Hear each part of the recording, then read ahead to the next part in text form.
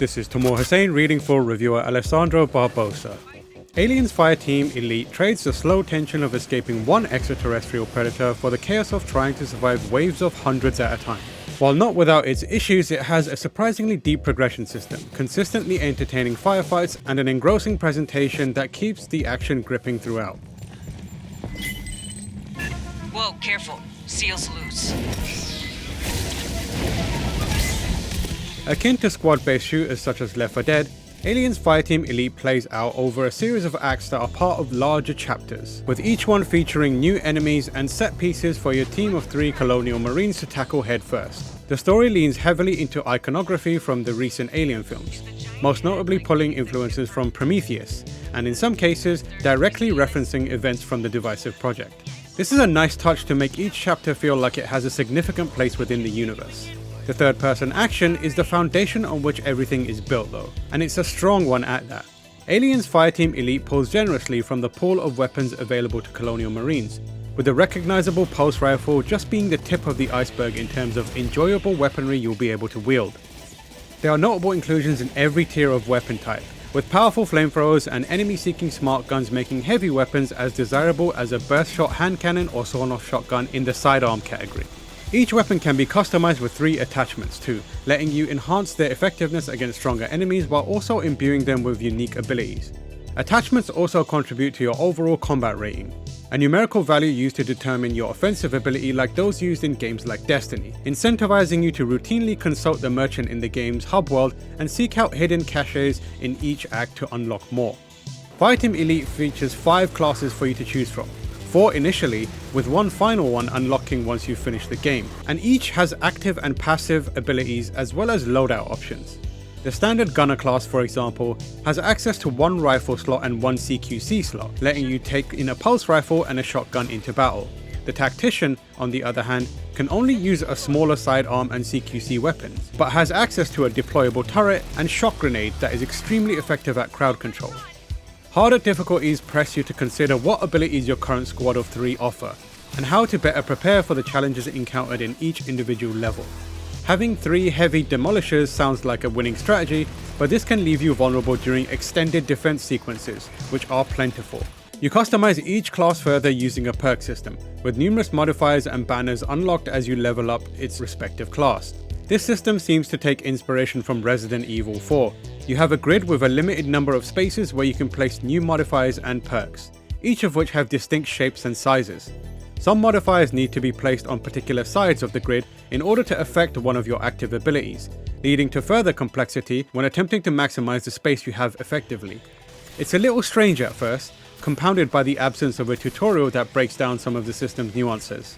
But once you've unlocked a reasonable amount of space, it is a crucial component of your overall progression, unlocking abilities and combinations that will be vital to success on higher difficulties.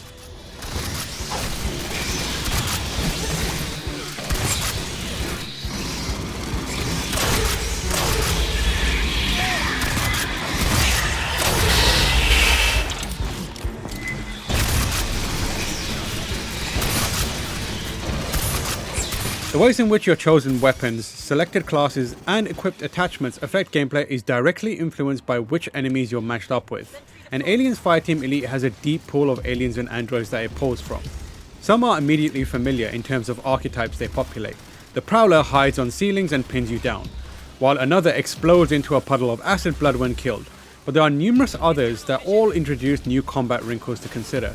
The drone emerges from vents and crawl spaces to do some quick damage before disappearing again, making it a consistent threat until you manage to kill it. Heavily armored synthetics will force you to engage with cover mechanics in a way that fast-running xenomorphs don't, challenging you to break from your established muscle memory. Aliens Fireteam Elite uses enemy sizes and skill sets to constantly keep you adapting to their respective threats. Also available for purchase are consumables that can be used once during any run, which include sentries with limited ammunition, an assortment of elemental mines, and useful recon drones that buff damage to enemies they mark. Perhaps one of the most useful consumables are challenge cards, which can be activated before a run to change how it plays out.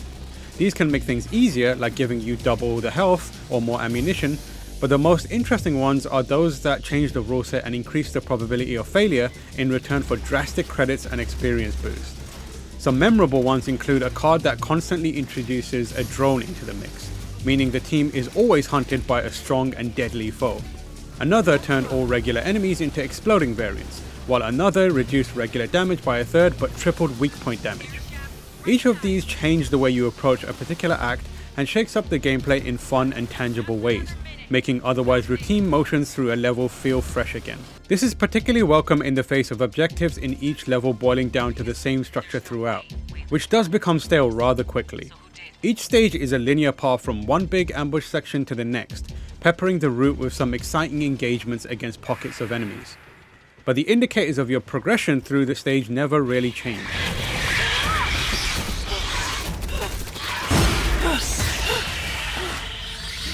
Once you reach an area with an ammo box and some spare health, you know you're about to dig in deep and defend your position for a bit. On your toes, Fireteam! On the flank! Sentry deployed. With each level usually containing anywhere between 2 to 3 of these sections throughout. This further dilutes the horde mode that is only unlocked once you've finished it, given that it's just a distillation of the same objective you've been doing and repeating to get there. There are sparse exceptions to this rule, especially the final climactic escape, which dials up the alien horror as far as it goes in the game. But if you aren't playing around with challenge cards or plunging into harder difficulties, the level design of each stage doesn't do enough to keep things exciting. While it may lack in mission design, each act does deliver in terms of outstanding visual presentation. Each takes place in a new area, which slowly evolves over time as you make your way through it. It's steeped in familiar iconography and eye-catching details. Lighting in these areas do a great job of both highlighting its attention to authenticity while also offering numerous pockets of darkness for threats to hide in, making tracking incoming xenomorphs suitably difficult and tense. Weapons also stand out in terms of how they brighten up each scene with their deadly ordnance, with the searing flames of the flamethrower standing out in particular. It's all faithful to Alien even when the gameplay isn't, grounding the action within the franchise even if its pace couldn't be further from it.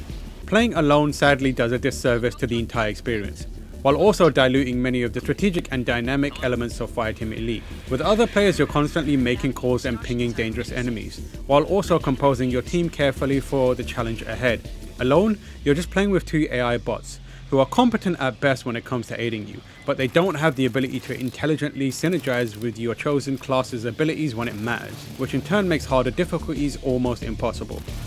Alien's Fireteam Elite acknowledges this when choosing anything above its regular difficulty, recommending player-controlled teammates over the bots, which severely limits replayability if you're wanting to go at it solo. Despite what its reduced price point may suggest, there's a lot here to keep you entertained for numerous hours, especially once you've managed your first run through all 4 acts and start tackling them again with higher difficulty settings in the pursuit of consistently better gear.